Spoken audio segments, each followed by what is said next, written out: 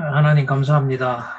좋은 여건을 허락해 주셔서 이렇게 먼 거리에서도 진리의 말씀 함께 공부할 수 있도록 허락해 주셔서 참으로 감사드립니다. 박영기 목사님을 통해서 이 땅에 성경 권위를 확증하는 성경신학을 무한한 은총 가운데 허락해 주셨습니다. 그동안 지나간 시간들을 돌이켜볼 때 너무나 값진 것이었는데 하나님 아버지 소홀하게 등한시했던 과거 역사들이 너무나 안타깝게 여겨집니다. 그래서 하나님 간절히 소원합니다. 그 모든 과정들 속에서도 다른 데로 옮기지 아니하시고 이것 말씀 운동을 통해서 많은 지체들과 동역자들이 함께 할 수 있는 이 시간까지 인도해 주셔서 감사합니다. 거기서 성령께서 이 시간을 주관하여 주시리라 믿사오며 예수님의 이름으로 기도드렸습니다. 네, 시작하도록 하겠습니다.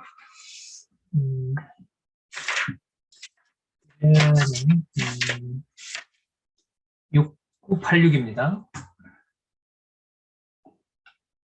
6986.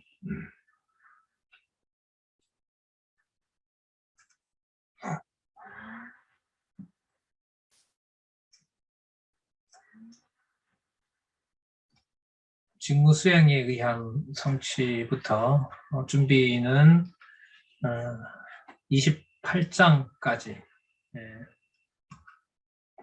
그 제사 직무에 의한 성취까지 준비는 했는데 오전에 해보니까 25장 왕직에 의한 성취까지 가더라고요. 그래서 다음 시간 1시간 아마 더 해야 될 것 같습니다. 하고 그때 마태복음 근거 구절들에 대해서 처음부터 끝까지 반복되는 구절들은 피하면서 새로 첨가된 구절들, 그러면 이제 세 번째 단락에 해당되는 마태복음의 근거가 이제 상호 근거가 다 나오겠죠. 그 구절들을 중심으로 해서 이제 살펴보면 여호와 계시 중심이라는 게 또 드러날 것 같습니다. 지금 먼저요, 그 마태복음 16장 13절에서부터 25장까지가 왕위의 직임에 의한 성취인데, 그 부분의 그 구절 하나를 더 소개하면 다니엘서 4장 3절이 이제 더 들어가 있었죠. 그 부분을 좀 살펴보고요. 또 시작하도록 그렇게 하겠습니다. 여기도 4장 3절 들어가 있죠?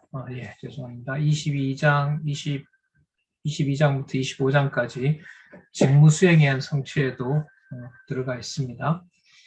이 창세기 1장 28절, 그 다음에 창세기 49장 10절, 그리고 다니엘서 2장 44절, 다니엘서 4장 3절, 이 내용들이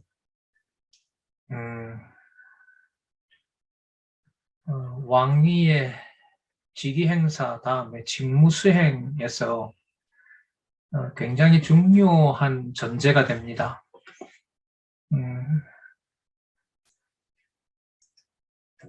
우리가 여호와 계시가 성경 기록의 목적인데 성경을 기록하게 하신 목적이 이제 성경 신학은 그걸로 얘기를 하고 있는데 그 여호와 계시를 성경 강론집에서 어느 부분을 통해서 확정을 해주느냐라고 이제 만약 질문을 한다면은 저는 세 번째 단락을 뛰어넘고서는 성경 전체를 여호와 계시 관점에서 설명하기는 힘들다. 이런 이제 결론에 점점 더 도달하는 것 같아요. 그리고 이런 부분들은 우리 성경신학의 서론인 의미분석 성경 개론 중심의 세 번째 단락 이해가 중요합니다. 서론이기 때문에요. 성경 개론의 서론과 그 성경 개론의 서론을 바탕으로 지금 우리가 세 번째 단락에서 찾고 있는 성경의 제가 상호 근거라 그러죠. 어떤 지금 다루려는 내용의 또 다른 근거들. 우리가 구체적으로 뭐 신약이면 구약 근거, 구약이면 신약 근거, 이렇게 나중에 나오지만 근거라는 말을 쓰고 있는 거죠. 동그라미라고 생각하시면 돼요. 예를 들면 바깥 동그라미와 안에 동그라미가 있다면 바깥 동그라미에 위치한 것이 뭐 위에 있든 아래에 있든 어디에 있든 상관없이 그게 바깥 동그라미가 어쨌든 전부 다 안쪽 동그라미를 싸고 있는 거니까요. 그게 눈에 볼 때 뭐 여기는 앞이 이런 동그라미가 있으면 여기는 앞이고 여기는 뒤고 여기는 위고 여기가 아래고 이게 상관이 없어요. 어쨌든 전체 바깥 동그라미가 안쪽 동그라미를 싸고 있는 거기 때문에 그 창세기가 시간적으로 먼저고 출애굽기가 나중이고 요한계시록은 저 뒤고 그걸 뛰어넘는 사고를 의미분석 성경 개론에서 우리가 확인을 하고 생각을 해봐야 창세기 이제 공부가 앞으로 진행될 텐데 창세기 얘기하면서도 나중에 나오는 요한계시록이 성취이기도 하지만 세 번째 단락 기준으로 보면은 그게 뭐가 된다는 거죠? 근거가 된다는 거예요. 근거가 된다는 거예요. 이거는 시간을 넘어서는 논리를 통해서 이게 설명이 되거든요. 그래서 그런 부분들을 또 한번 강조를 드리고 창세기 1장 28절 한번 볼게요. 하나님이 그들에게 복을 주시며 그들에게 이르시되 생육하고 번성하여 땅에 충만하라. 땅을 정복하라. 바다의 고기와 공중의 새와 땅에 움직이는 모든 생물을 다스리라 하시니라. 이 직무수행과 관련되어 있는데 여러분 아시는 것처럼 첫 번째 단락은 지금 다루고자 하는 내용이고요. 내용 분석이고요. 두 번째 단락은 이제 창세전 근거죠. 창세전 근거이고 그 다음에 세 번째 단락은 창세전 근거의 바탕을 두고 창세기 1장 28절에서 얘기했으므로 언약하셨으므로 창세기 49장 10절이고 그러므로 다니엘서 2장 44절이며 다니엘서 4장 3절이 병행구조이므로 마태복음 22장 25절에 나타난 직무수행에 의한 내용은 여호와의 언약이 역사적 사실로 성취된 것입니다. 이런 구조거든요. 자, 그러면 지금 직무수행에 의한 성취 내용을 창세기 1장 28절과 창세기 49장 10절과 다니엘서 2장 44절과 다니엘서 4장 3절 이 네 개 부분을 구절이라기보다 네 부분이라고 할게요. 이 네 부분의 내용을 논리적으로 연결시킬 때 뭐가 만들어지냐 하면 앞단락에 있었던 여호와 하나님께서 창세전에 작정하신 영원한 뜻에 따라 언약하신 말씀이라는 게 계시가 되는 거예요. 그러니까 무슨 뜻이냐면 제일 바깥 그림에서부터 안으로 들어왔잖아요. 지금 우리가 공부하는 방향은 뭐냐면 안쪽 그림, 그러니까 창조부터 심판까지에 해당하는 그림을 창세기 22장과 25장에 좁혀서 그걸 주제로 다른 것과 다 연결시키면 두 번째 큰 동그라미가 이제 만들어지는 거잖아요. 이른바 실체적 언약 성취가 만들어져요. 그 만들어지는 것이 점점 더 꽉 찰수록 어디에 가까워질까요? 영원적 언약 성취에 가까워지는 거예요. 그렇다면 세 번째 단락의 공부를 빼고는 본문과 영원적 언약 성취의 연결고리가 성경신학 총서 저자로서는 불가능하다고 본다는 거죠. 제가 볼 때는. 그래서 여러분들 글쎄요. 이거 뭐 다 같이 생각해 보려는 차원에서 말씀을 드리니까요. 지금 세 번째 단락 공부하면서 이제 나오는 그 생각이기 때문에 성경은 다 알면 다 알고 모르면 다 모른다라는 말 들어보셨죠? 자, 그렇다면은 지금 우리가 성경 강론집을 공부해 가는 상황에서 보면 세 번째 단락의 내용이 꽉 찰수록 꽉 찬다는 말은 논리적 연결성이 확인하는 만큼 이런 뜻인 거예요. 그 창세기 1장 28절과 창세기 49장 10절을 그러므로를 넣어야만 논리적 연결이 생기는 거예요. 그래서 네 가지라는 것 가지고 네 가지가 나왔다는 걸 설명하려면 이런 시간에 이렇게 보내실 필요 없어요. 자, 그러면 연결성이라는 건 뭐냐면 논리적으로 연결이 된다는 거죠. 그래서 제가 그러므로라는 접속사를 많이 말씀드리잖아요. 그걸 설명을 할 때 마태복음 22장과 25장을 중심으로 그걸 이제 넓혀 나가는 거란 말이죠. 여기 다행스럽게 창세기도 나왔고 다니엘도 나왔고 뭐 하나 쓴다면은 마태복음 그 나라와 반석 위에 교회를 세우겠다고 하셨던 그 근거 구절까지 좀 참조를 한다면은 마태복음 22장에서 25장까지 내용들이 창세기부터 이렇게 연결되면서 두 번째 실체적 언약 성취의 동그라미가 꽉 차고 더 분명해질수록 어디와 가까워진다는 거죠. 영원적 언약 성취와 가까워지고. 자, 두 번째 중요한 건요. 그 연결이 무엇의 바탕이냐 하면 성경 본문을 연결시키는 바탕이 돼요. 그러면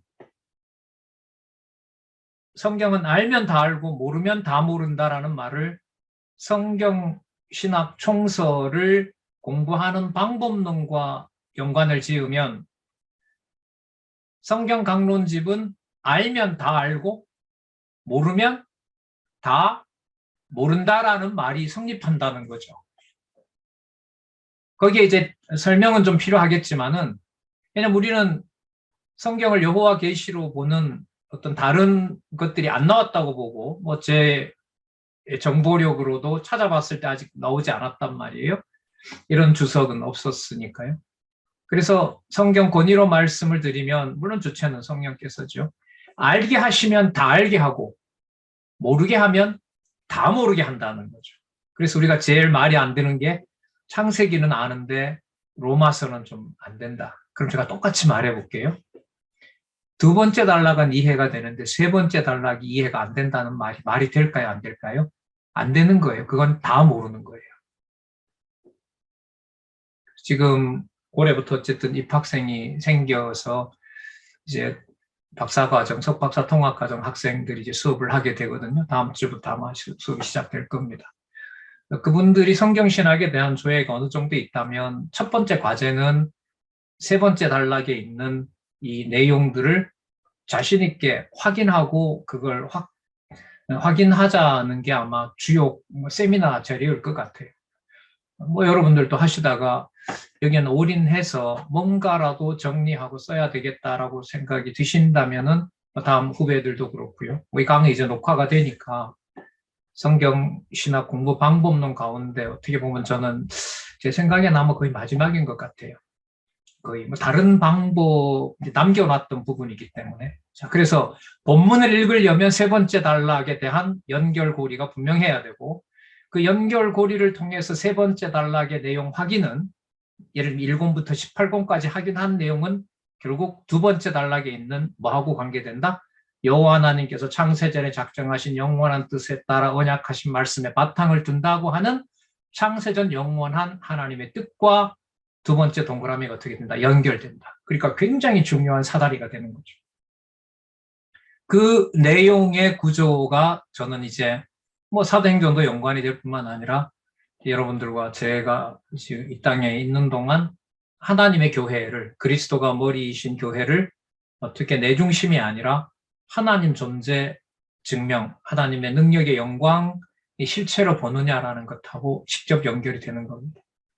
그런데 이 세 번째 단락의 특징은 인간 중심적이거나 어떤 교훈을 목적으로 한다든가 그런 부분으로 왜곡될 여지도 참 많아요. 왜?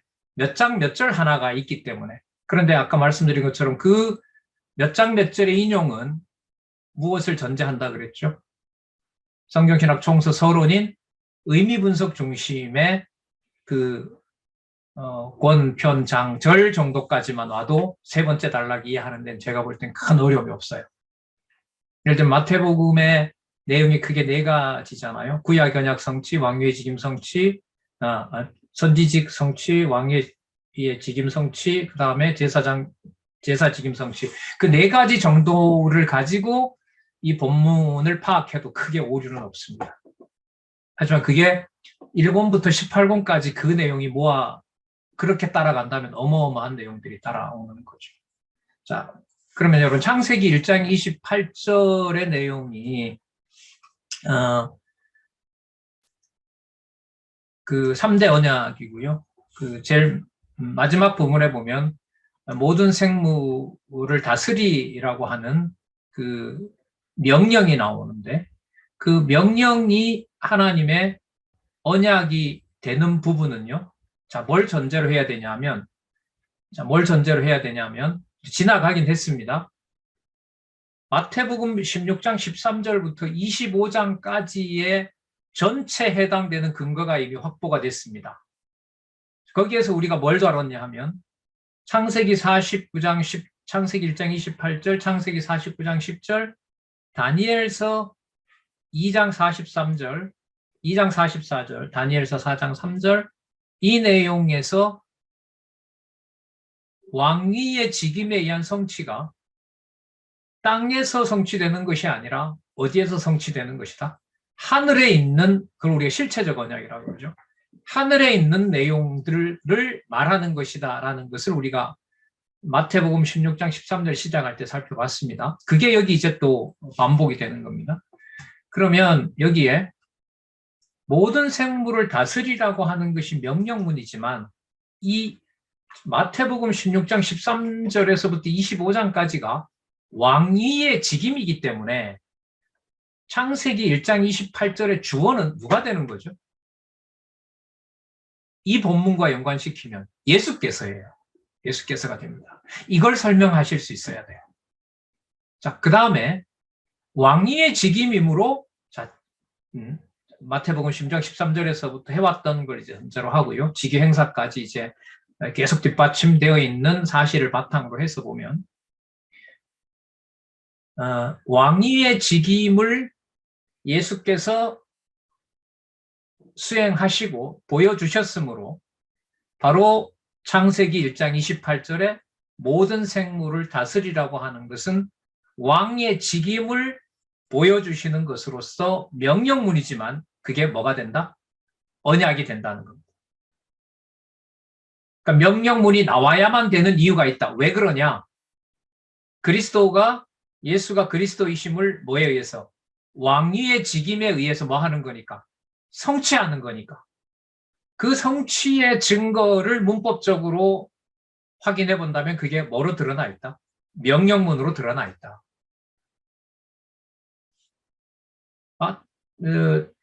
마태복음 지금 22장에서부터 25장까지 나오는 그 본문을 따라가면 예수님께서 유대인들과 뭔가 타협합니까? 아니면 계속 선언하고 선포하고 25장에 가면 심판하죠.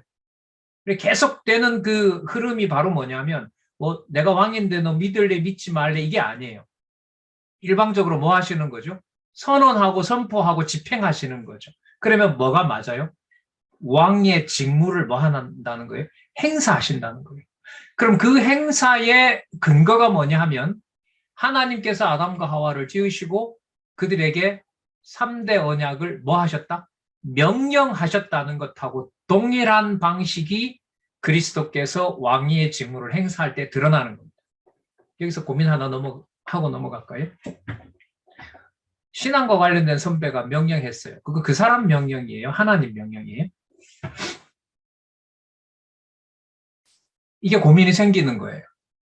그럼 그 성경 내용으로 들어가서 살펴봤을 때 명령하는 문화는 사실상 이 교회 동역자 협회에서는 삼가해야 된다고 우리 규약 내에 이미 다 밝혀져 있습니다. 그래서 누가 누구에게 어떤 명령하는 어떤 구조나 제도나 이런 것들은 거의 지금 사라지고 있습니다. 자, 그러나 상대방이 어떤 명령은 아니더라도 예를 들면 마태복음 22장에서부터 25장까지를 누구로부터 내가 전해 듣는단 말이에요. 제 같은 사람이 이제 이렇게 여러분에게 전달하는 거잖아요.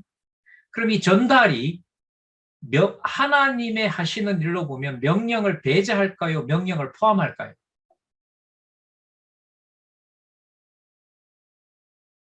그리고 그 명령의 의미는 아까 왕위의 직무를 수행하시는 그리스도의 뭐와 관련돼 있다 그랬죠?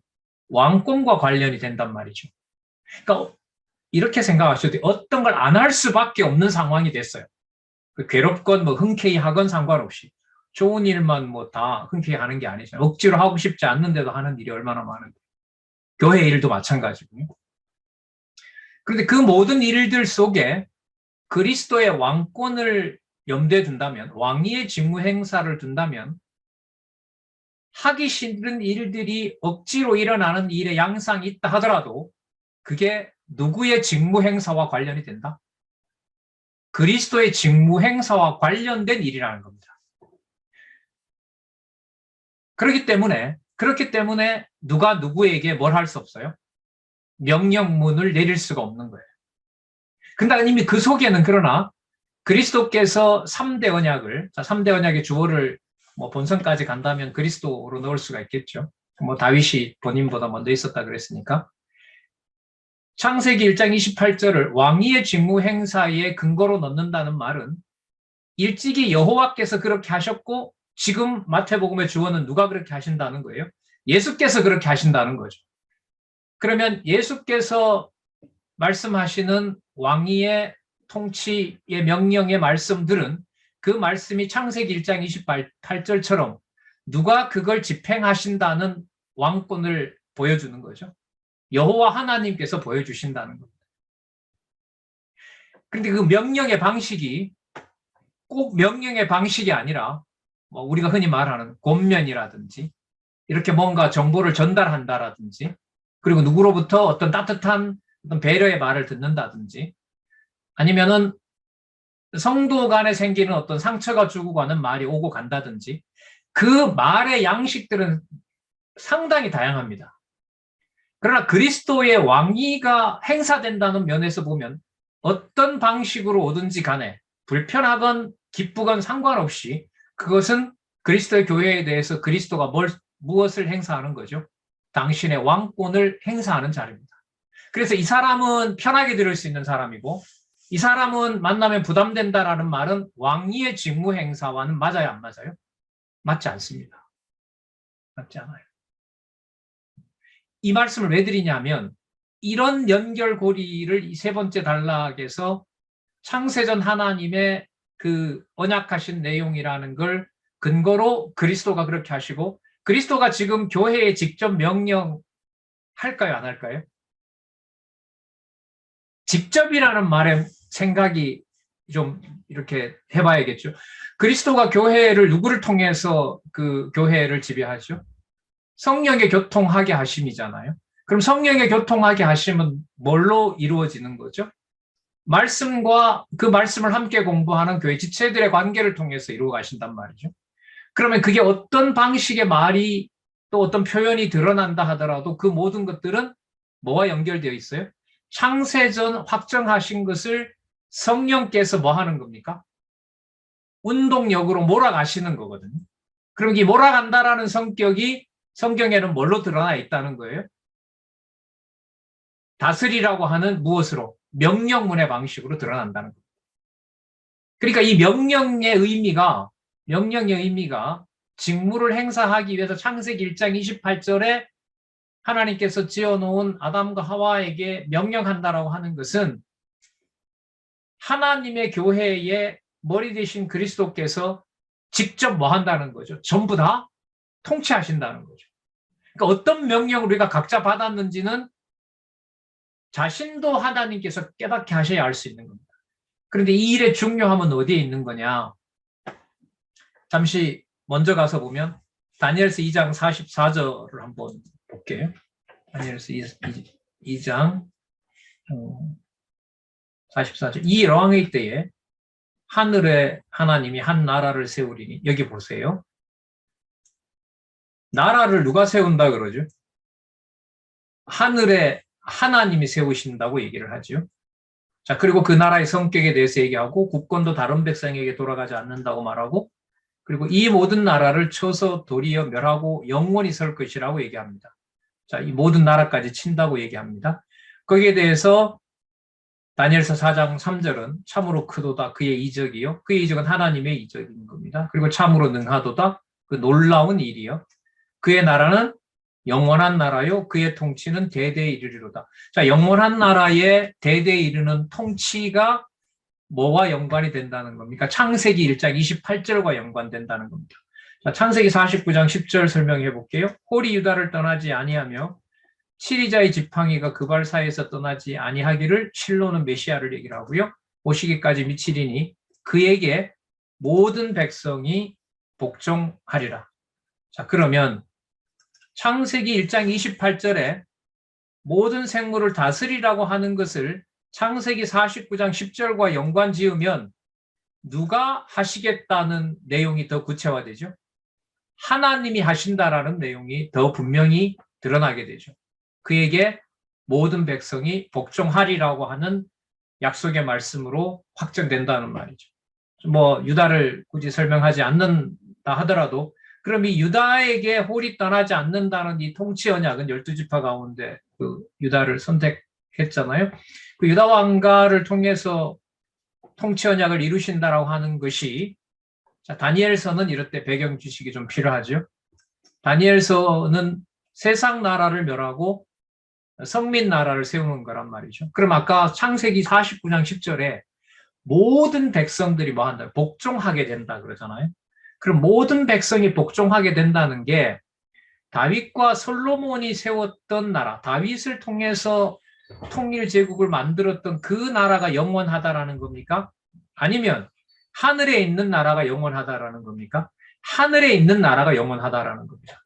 그럼 다시 올라가서 보면 창세기 1장 28절의 3대 언약 다스리라고 하는 명령은 다니엘서의 근거를 안내해준 이 구절로 봤을 때 누가 그 나라를 창세전에 약속했고 이루신다는 내용이 되죠. 일찍이 여호와께서이고요. 성경 본문의 주어는 누가? 예수께서가 되는 겁니다. 그러면 창세기 1장 28절을 일찍이 여호와께서이기 때문에 이 내용으로 보면 누구 주어도 놓을 수가 있어요? 예수께서도 놓을 수가 있는 겁니다. 그러면 이거 만약에 사도행전으로 넘어가서 보면 누가 그 실체인 하나님 나라를 교회로 세우신다는 것하고 관계되죠? 성령께서라고 하는 게 되는 겁니다. 그러면 다스리라고 명령하셨지만 그 명령에 실천하시는, 수행하시는 자가 하나님이시고 하늘에 속해 있는 나라를 이 땅에 보여주시는 차원으로 생각을 해봤을 때 그 나라의 성격, 왕위의 직무 수행은 이 땅에 이루어지지만 그 본질은 어디에 속한 나라가 되죠? 하늘에 속한 나라가 된다는 겁니다. 자, 그러면 창세기 1장 28절이므로 창세기 1장 28절이므로 하나님께서 일방적으로 아담과 하와에게 통치 언약을 확정해 주셨으므로, 확인해 주셨으므로 창세기 49장 10절 하나님이 12 아들들 가운데 장자인 르우벤이 아니라 유다를 왕의 직위를 주는 자로 하나님이 선택해서 모든 백성들이, 일단은 유다 이스라엘의 12지파들이 뭐 하게 된다? 복종하게 되고 모든 사람도 결국 복종하게 되리라고 하셨는데 그 복종하게 하시는 과정이 남쪽 유다와 북쪽 이스라엘을 모두 멸망시키고 세상에 누구 이름이 드러나게 하시는 거죠. 여호와의 이름이 드러나게 하심으로, 아까 한번 2장 44절 다시 한번 볼게요. 자, 이 열왕의 때에 하늘의 하나님이 한 나라를 세우시리니, 자, 여기에 이제 좀 배경이 되는 게 무슨 나라는 다 멸망시키죠? 세상 나라는 다 멸망시킵니다. 세상 나라를 멸망시킬 때 유다가 빠집니까? 유다도 들어가고 이스라엘로 들어갑니까? 다 들어가죠. 그러면 하나님이 세우신다라는 나라는 뭐는 적어도 아니에요. 그림자 이스라엘 나라는 아닌 거죠. 그림자 이스라엘 나라는 아닌 거죠. 그리고 하나님이 직접 세우신다고 얘기를 하셨고요. 자, 그 다음에 그 나라는 이제 영원한 나라이고 또 하나가 그 국권이 다른 백성에게 돌아가지 않을 뿐만 아니라, 그럼 이게 영원한 국권이 되는 겁니다. 뭐 일제가 와서 우리나라를 침탈하든지 그런 국권이 아닌 거죠. 자, 그럼 이때 국권이 옮기지 않았다는 건데 예루살렘 성전까지 불타는 마당에 이스라엘이라는 나라, 그 유다 국가, 유다가 아까 나왔으니까 유다 가문 유다 지파의 왕이 나온 다윗 왕가의 국권이 예루살렘 성전도 불타고 바벨론에게 완전히 망했는데 그건 누가 보더라도 국권이 뭐 한 거죠? 사라진 거잖아요. 그런데 하나님이 세우는 나라는 국권이 어떻다는 거죠? 국권이 절대로 남의 나라에 빼앗기지 않는다는 겁니다. 그럼 이게 뭘 배경으로 하냐면 지상에 아무것도 가질 수 있는 국민, 요즘 말로 말하면 국민 주권의 여지가 아무것도 없는데 하나님은 뭐라고 얘기를 하죠? 그런데 내가 하늘에 세워준 계획한 그 나라는 뭐를 빼앗기지 않는다? 국권을 빼앗기지 않는다는 겁니다. 여러분 이런 차원이 결국은 사도행전 1장 12절부터 보면 성령께서 오셔서 뭘 세우는 것하고 관계가 돼요?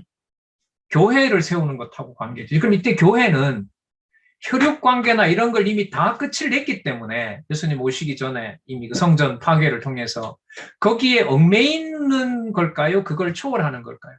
그걸 초월하는 겁니다. 그걸 초월해요. 그리고 요즘 뭐 늘 말씀드리잖아요. 교회라는 말은 자꾸 살수록 이제 엄격하게 들어온다라는 건데 오늘 보면 다니엘서 2장 44절과 4장 3절이 들어오게 되면 창세기 1장 28절을 그리스도가 성취한 경우로 지금 우리가 본문에 가서 볼 거란 말이에요. 그렇게 이제 공부하기 위해서 우리가 그 길을 가고 있는데 그렇게 놓고 보면 지상에 세우는 교회가 하나님 나라에 하나님이 통치하는 국가로 본다면 예루살렘과 성전을 다 손도 못 대도록 다 회파시켰는데 세우신 그 영원한 나라에 대한 국권은 적어도 누구 손에 있는 건 아니죠. 여러분들과 제 손아귀에 있는 건 아니죠. 자, 조금 더 보고 연결을 시키겠습니다. 그리고 다니엘서 4장 3절 그의 나라는 영원한 나라로 그의 통치는 대대에 이르리로다. 자, 그렇다면 창세기 1장 28절에 모든 생물을 다스리라고 하신 이 언약은 왕위의 직무 행사와 관련되기 때문에 다스리라고 하는 왕의 명령으로 나타난 것이고 그 왕의 명령에 의해서 창세기 49장 10절에 있는 대로 그 그리스도가 오시게 되면 메시아가 오시게 되면 모든 백성이 그에게 복종하는데 자 그런 데를 넣었어요. 복종하게 되는데 다니엘서 선지서 이제 큰 맥락을 좀 보면 그 나라는 이 땅에서 어떤 흔적도 찾을 수 없지만 어떤 백성의 권한도 빼앗기지 않는 하늘에 계신 하나님이 세우는 자 어떤 나라요? 4장 3절 붙여볼게요. 어떤 나라? 영원한 나라입니다. 이렇게 됩니다. 지금 우리가 뭐 해본 적이 없으니까 이게 좀 어색할 겁니다. 이게 뭐 개론 구조까지 다 들어야 되니까. 그러면 지금 그 당신이 얘기했던 그 연결고리가 22장, 23장의 본문 읽어 나가는데도 도움이 된단 말이냐? 예, 돼요. 그거 읽게 하려고 지금 그걸 같이 계시의 관점에서 읽게 하려고 같이 읽어보자고 여러분들하고 이런 시간을 보내는 거잖아요. 계시의 관점은 한마디로 말하면 누구 여지가 없는데 분명하게 이루어지는 거죠. 인간의 여지가 없는데 너무너무 분명하게 이루어진다는 거죠. 그럼 그 믿음은 현상 세계에 있는 어떤 인간의 지식과 그런 어떤 환경으로 깨달을 수 있는 걸까요? 아닌 거죠. 그러니까 뭐가 되는 거죠? 주신 은혜가 은혜라는 말을 할 수밖에 없는 겁니다. 그 깊이가 어느 정도인지 과연 은혜인지는 이제 내려와서 뭘 따라가야 되는 거죠? 본문을 따라가야 되는 거죠. 본문을 따라가. 그래서 22장, 23장의 근거로 제시했던 그 네 개 구절, 22장에서부터 25장까지 그걸 가지시고요. 22장부터 23장까지 지도자 직무에 의한 성취로 한번 가보도록 하겠습니다. 자, 이때 지도자는 왕국의 지도자일 거고요. 볼게요. 창세기 1장 28절. 창세기 1장 28절. 그리고 창세기 49장. 아니네. 그죠? 뭐가 나왔어요? 창세기 17장 1절에서부터 5절. 이제 이런 구절이 새로 나올 때마다 되게 궁금하죠. 왜냐하면 어쨌든 주제가 지금 좁혀지고 있잖아요. 성경 본문에 가까워지고 있기 때문에. 그리고 제목도 여기 보시는 대로 지도자 직무에 의한 성취가 같는데, 창세기 1장 28절에서 창세기 1장 28절을 창세기 15장 1절과 5절로 연관을 시킨다면 여기에 뭘 만들어요? 그러므로 만들어야 되거든요. 자, 그러면 그러므로에 만드는 내용은 일단 1장 35절에서 좀 보게 되면, 다른 부분들은 여러분 어느 정도 아시니까 99세 때 모든 그 인간의 힘을 다 빼놓고 난 다음에 하나님께서 그 다음 해에 이제 이삭을 주는 것하고 관련해서 이제 약속을 하시는데, 그 약속의 내용이 단지 자식을 준다는 것이 아니라 17장 4절에 보면 내가 너와 내 언약을 세우리니 너는 열국의 아비가 될지라. 이제 후로는 네 이름을 아브라함이라 하지 아니하고 아브라함이라 하리니 이는, 자 보세요, 5절, 이는 내가 너로 열국의 아비가 되게 함이니라. 17장 6절을 한 절 더 읽어볼게요. 제가 더 찾아왔는데, 내가 너로 심히 번성케 하리니 나라들이 네게로 쫓아 일어나며 열왕이 네게로 쫓아 일어나리라. 자, 창세기 1장 28절에 모든 생물을 다스리라고 하는 통치 언약을 누가 이룬다고 분명히 아브라함에게 얘기해줘요? 17장 5절 보시면 내가 너로 뭐가 되게 한다? 열국의 아비가 되게 한다는 거잖아요. 그러면 아까 명령문의 형식은 성경에서 누가 반드시 한다는 것을 강조하는 문장이 명령문이다. 그렇죠. 그래서 이게 뭐가 돼요? 인간 보고 수행하라는 명령문이 아니라 여호와의 살아계신다는 것을 확증을 해주려고 하는 말씀의 방식이 어떤 문으로 되어 있다? 명령으로 되어 있다. 그러면 여러분, 성령께서는 하나님의 교회, 하나님의 성도들이 진리로 소통하게 하실 때 명령은 다르게 말하면 그리스도의 왕권입니다. 왕권이에요. 여러분, 왕이 명령할 때만 우리 사극 보면 나오는데, 왕이 그 반역한 자들을 국문할 때만 무섭습니까? 아니면 왕이 어떤 시혜를 베풀고 은혜를 베풀 때에도 무섭습니까? 왕의 고난은. 예, 똑같아요. 그래서 왜 그 조선시대이긴 하지만 예법에 보면 어떤 뭘 하사할 때 모든 의식과 절차가 있잖아요. 집에 부모가 주는 건 그런 거 없어요. 저작거리에서 주는 데는 그런 행위가 없어요.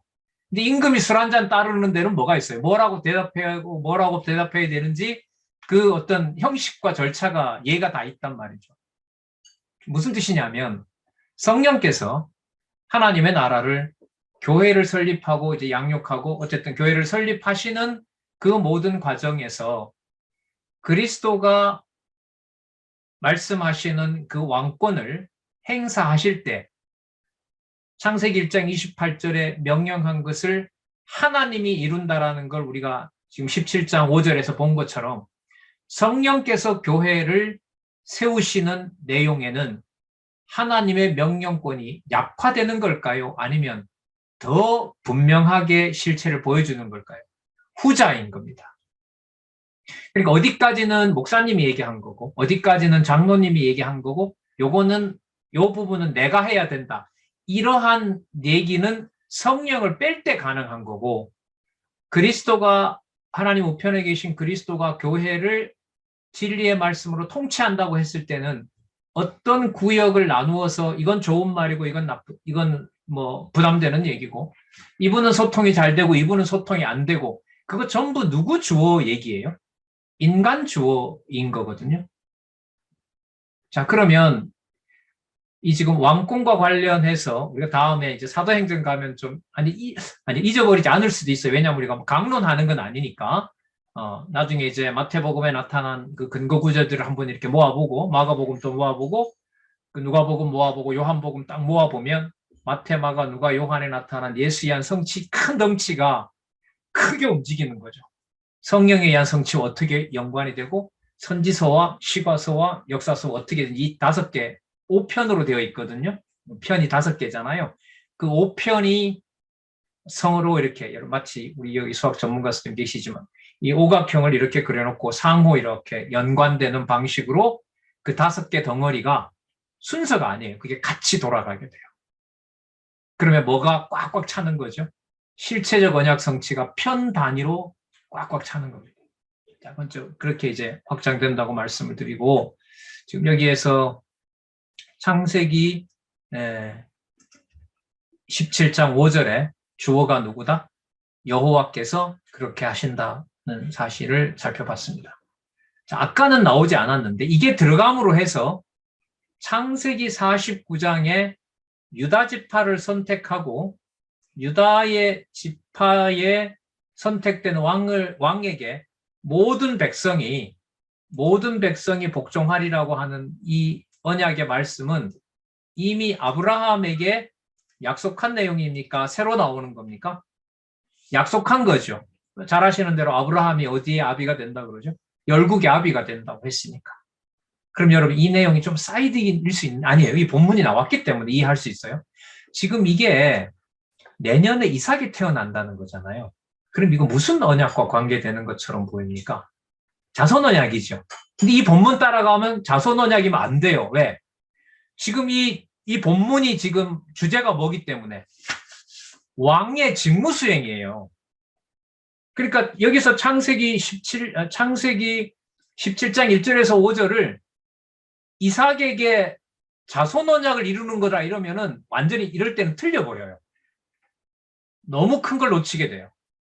우리는 이삭 이러면 너무 많이 들었던 내용이 자손 언약으로 얘기를 하는데 창세기가 그렇지 않아요. 이제 포항 강의 다음부터 이제 할 텐데 포항 강의에서 놀란 게 주어 여호와께서, 그리고 구조로 보면 자손 땅 통치 언약을 하나님께서 계속 제시해주고 이삭을 얘기를 하는데 그게 뭐와 관련되어 있다?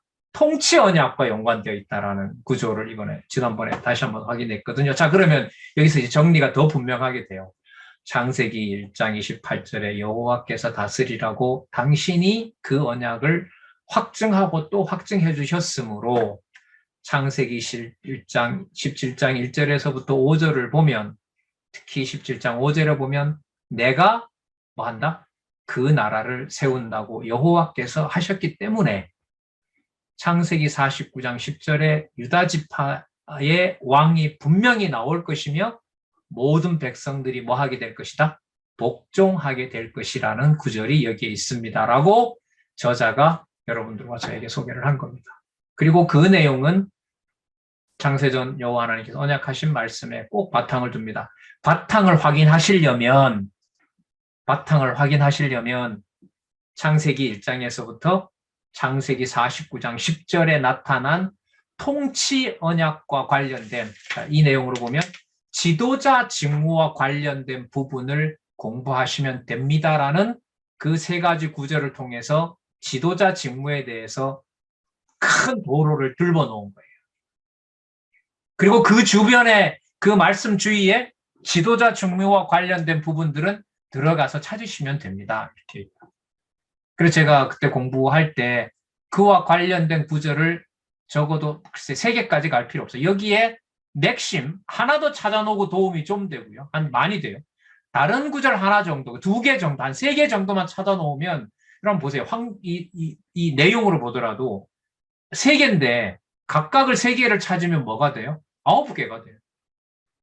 그런데 나는 창세기가 아니라 출애굽기도 한번 찾아볼까? 나오죠. 이 저자는 창세기에서부터 아까 어디까지였어요? 다니엘서까지 잡을 때는 나중에 뒤에 나옵니다. 이사야부터 말라기까지를 다 생각을 하고 안내를 해드린 거거든요. 그러니까 어떻게 보면 이런 방법은 마태복음 그 부분을 보지만 그 부분이 너무 아름답게 보여도 그 아름답게 보이는 길보다 훨씬 넓은 길이 길 안에 있는 길입니다. 예를 들면 여러분 하늘길이 있어요, 없어요?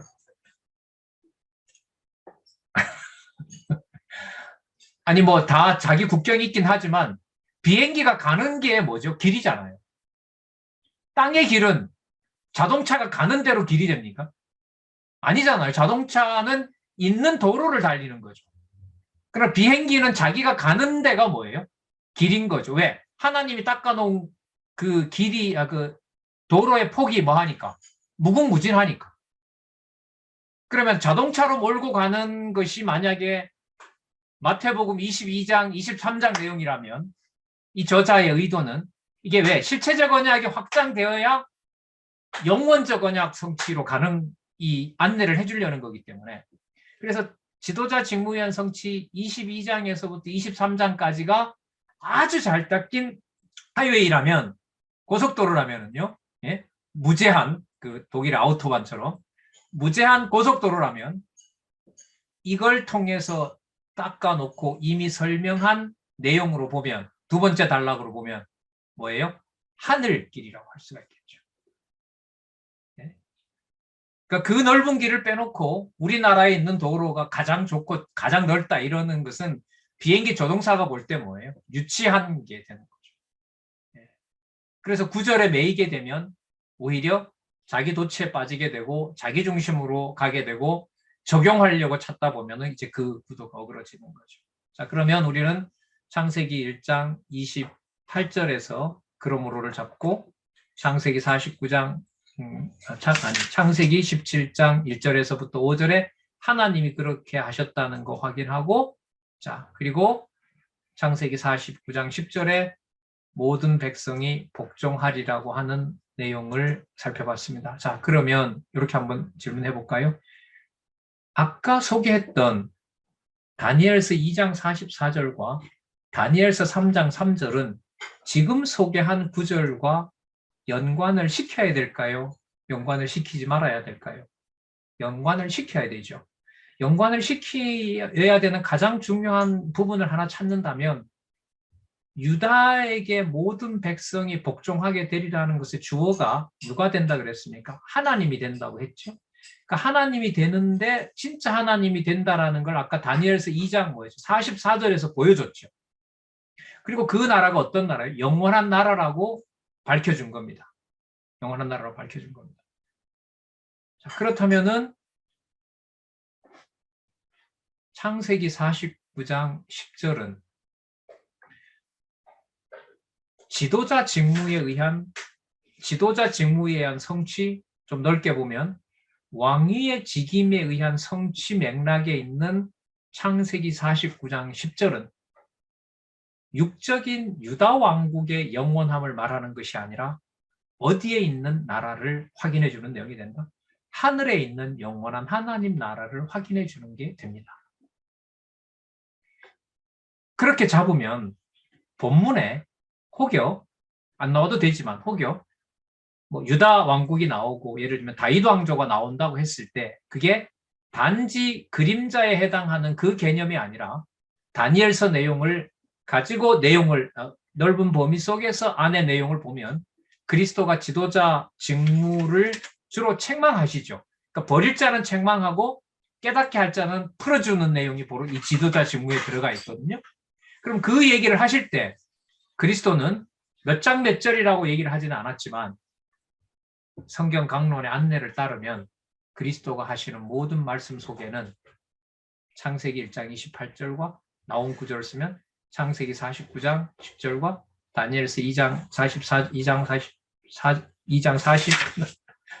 몇 절이죠? 44절과 4장 3절 내용을 그리스도가 이미 다 전제를 하고 그 말씀을 전하고 있다고 보시면 됩니다. 과연 그런지는 본문에 가면 답이 나옵니다. 답이 안 나오면 해설을 곁들인 것이긴 하지만 여기에 제시한 3개 구절, 4개 구절은 본문 내용의 근거로 잘못 쓴 겁니다. 좀 심각해지죠, 이렇게 되면. 다르게 말하면 본문 내용은 이해가 되는데, 연결이 되는데 세 번째 단락에 있는 본문 이해를 위해서 소개한 근거들은 이해가 안 된다라는 말은 좀 냉정하게 말하면 아는 것이 아니죠. 여호와 계시에 대한 저자의 의도를 따라가지 못하는 거니까. 그래서 제가 택하는 방법은 제목 중심으로 지도자 직무에 초점을 맞추어서 그와 관련된 개념을 근거 구절들 낱말에 맞추기보다 낱말에도 나오는 부분이 충분히 있습니다. 그 소개한 구절들을 이렇게 구성을 하고 그 구성한 내용들을 그리스도가 본문에 가서 설명할 때 어떻게 하는지 우리가 본문을 어떻게 한다? 따라가 보면 그리스도가 구약의 몇 장 몇 절을 얘기하지 않는데 이 구절 도움으로 전부 하시는 말씀이 어디에 근거를 두고 있다? 구약에 근거를 두고 있다. 그럼 구약에 근거를 안 두면 예수님이 하시는 말씀이 구약에 근거를 두지 않는다면요 심각한 문제가 돼요. 왜? 구약에 언약한 대로 오셨으니까. 구약에 약속된 대로 오셔야 될 거 아니에요. 그게 땅에 떨어지지 않는다고 얘기하셨으니까. 그러면 구약에 있는 모든 내용을 창세기부터 그 말라기까지 성취를 하셔야 된다는 건데, 그럼 거기에 없는 내용을 하신다라는 말은 하나님의 약속을 신약을 위해서 어떤 거예요? 뭔가 잘못해 놓으셨다는 이런 논리적인 오류가 생기거든요. 자, 그러면 세 번째 단락은 어떤 도움을 준다고요? 몇 장 몇 절의 대치가 아니라 성경 본문이 이어진다라는 말은 앞서 소개해줬던 창세기 1장 28절, 창세기 49장 10절, 다니엘서 2장 44절, 여기 나온 것만, 다니엘서 4장 3절, 창세기 1장, 17장 1절에서부터 5절, 오늘 모아본 그 5가지 구절들이 지금 읽는 이 내용에 어떻게 되어 있다? 다 깔려있다. 그게 연결이 안 된다면 본문 연결을 통해서 지나간다는 것은 내용 이해의 본문 연결고리를 찾는 것이지 구약과의 연관관계를 어떻게 하는 거예요? 연결 짓는 것은 아니다라는 거예요. 그런 의미에서 어렵다는 말은 저는 충분히 공감합니다. 이제까지도 해보지도 않았고 여기에서 공부를 더 진척시키려면 아까 말씀드린 대로 창세기 1장 28절에도 나온다면 본문 내용으로 보면 창세기 2장에도 창세기 1장 28절과 관련된 게 연관이 됩니까? 안 됩니까? 당연히 되죠. 그러면 아까 제가 많은 것 중에서 한 2개 정도만 더 찾아놓게 되면 구절이 9개가 되면서 그 범위를 좀 넓혀서 역사서에서 하나 찾고 시가서에서 하나 찾고 또 하나 찾고 다니엘서에서 하나 찾고 아니면 다른 선지서에서 하나 찾아놓으면 성경 본문 내용 것이 9개나 10개 정도가 되면 본문은 22장 1절에서부터 3절을 읽는다 하더라도 그 1절과 23절 속에 뭐가 다 들어오게 돼요? 구약이 다 들어오게 돼요. 구약이 다 들어오게 돼요. 그러면 예수님 성경 해석 방법을 따라가는 거죠. 모세의 글과 선지자의 글과 시편에서 나를 가리켜 기록한 것이 모두 이루어져야 하리라. 아니, 내게 대하여 증거하는 것이더라 라고 얘기했고 이사야 24장 43절에 모세의 율법과 선지자의 글과 시편에서 나를 가리켜 기록한 것이 모두 이루어져야 하리라. 우리가 그 길을 따라가는 겁니다. 그래서 아까 말씀드렸던 성경은 다 알면 다 알고 모르면 다 모른다가 성경 강론 전집의 이 구조를 반영해주는 말이고 성경 강론의 어떤 한 부분이 이해되지 않으면 전체의 이해에도 모른다 이 말은 좀 너무 우리 수준에 냉혹하고요. 우리 상황에서는 설명이 충분히 되지 않는다. 성경신학 총서 저자의 의도가 다 반영될 수가 없다. 이런 좀 엄격하죠. 엄격한 어떤 그 공부 방법의 원칙에 대해서 잠시 생각을 해봤습니다. 22장에 가서요. 잠시 쉬도록 하겠습니다.